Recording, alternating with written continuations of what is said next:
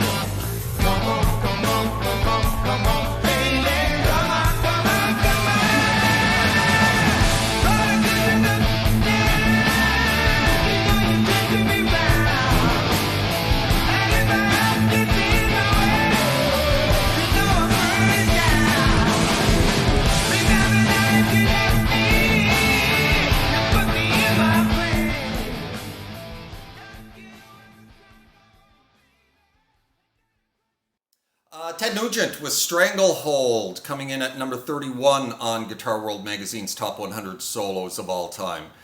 Ted Nugent, one of the more polarizing individuals in the history of music. You either love him or you hate him, or as I suppose a lot of people these days, you just ignore him. And I don't mean that in a derogatory manner. Musically, he seems to have disappeared. Personally, I feel that Ted's music from the 70s is very dated, and it hasn't really stood the test of time, unlike a lot of his contemporaries like Aerosmith and Bad Company and Nazareth and bands like that. You know, I have two classic rock radio stations in my city that I listen to on a daily basis, and I never hear Ted Nugent on them, ever. Maybe I can count on one hand in the last 10 years how many times I've heard Ted Nugent. And I think it's because his music just hasn't really stood the test of time. You know, who wants to listen to Wang Dang Sweet Poontang in 2019? This song, however, is a fantastic song. Track 1, side 1 of his debut album.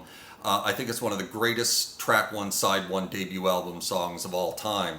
And just amazing vocals by Derek St. Holmes on it.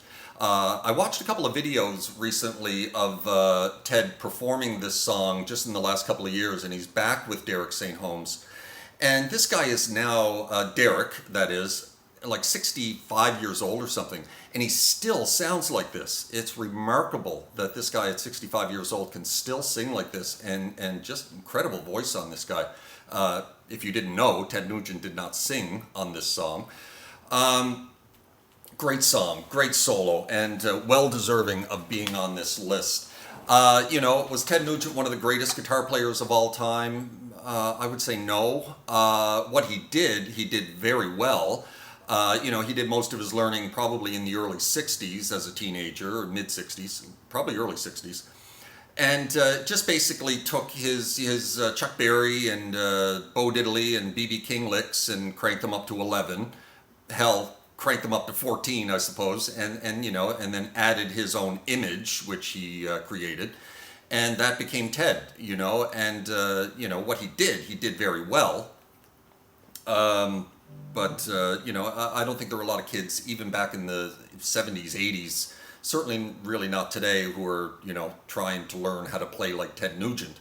He didn't really do anything groundbreaking in his playing style. He was very melodic. He had a great sense of melody in his playing, and I'm going to get to that in a moment, especially this solo. This solo is very melodic, and as long as it is, wasn't really that difficult to learn and memorize because it is so melodic and memorable. And it's just got some great lines in it and some great phrasing and whatnot. And he had an amazing right hand, Ted, great picking technique. Just want to show a few things in this solo that I found interesting and that I really liked or found difficult. Near the beginning of the solo, there's this... and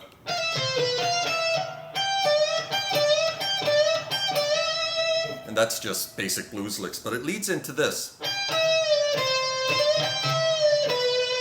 That's 2 pre-bends. The first one's easy enough because you can pre-bend it already. The second one, you have to hammer it on and get it back up there really quick.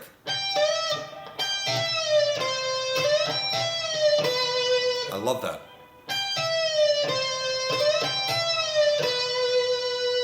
And that leads into this. This right here. Now this, you've got a great picking technique going, you've got bends and vibrato, but you've got this. You pick it twice while it's bent, and then you put it down to the natural position, pick it again, and bend it again. And then add vibrato. The triple pick there is really tricky. The dropping it back down to the natural position, killing the note, dropping it, and then bending it again at speed is tricky.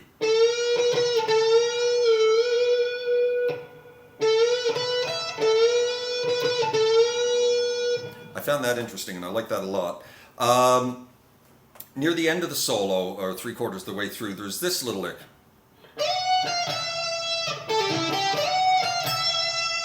Now this little part here, most guitar players would just play it like that.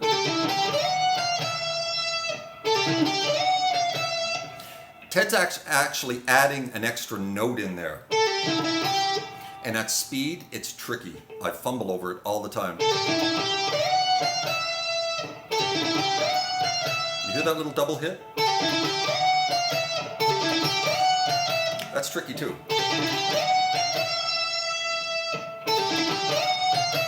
I like that a lot too.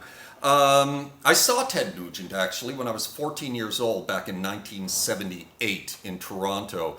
And here's me, this 14-year-old kid, 6 rows from the stage, looking up at this 6-foot-tall maniac with hair down to his waist and in a loincloth with a big Gibson Ladybird, Ladybird? I think it's called a Ladybird. Birdland, Gibson Birdland, strapped around his waist, and you know, his motor mouth way of talking and whatnot. And I'm looking up thinking, that's the craziest, coolest motherfucker on the planet. And a couple of years later, I get into Van Halen, and all of a sudden, David Lee Roth became the coolest motherfucker on the planet. And a few years later, I got into grunge, and Eddie Vedder became the coolest motherfucker on the planet. And then I kind of fell into the bottom of a bottle of alcohol for the next 25 years and stopped playing and stopped caring about such things. And but a couple of years ago, I got myself straightened out and started playing again, and got back into music and started caring about who's the coolest motherfucker on the planet these days. And it's Ed Sheeran, isn't it? God, they don't make rock stars like they used to. You know, these larger-than-life characters. You know, I suppose nowadays it would be Dave Grohl, I suppose. I'd still like to think it's Eddie Vedder. I'm still a big Pearl Jam fan, and I still like Eddie Vedder a lot. But, you know, back when I was 14, it was Ted Nugent. And so anyway, that's all I got to say about that solo. Great, long, melodic solo. Very well deserving of being on this list. And a lot of fun to play. You should learn this one. You'll learn some stuff from this. Some great blues licks and whatnot. Anyway, that's all I got to say about that.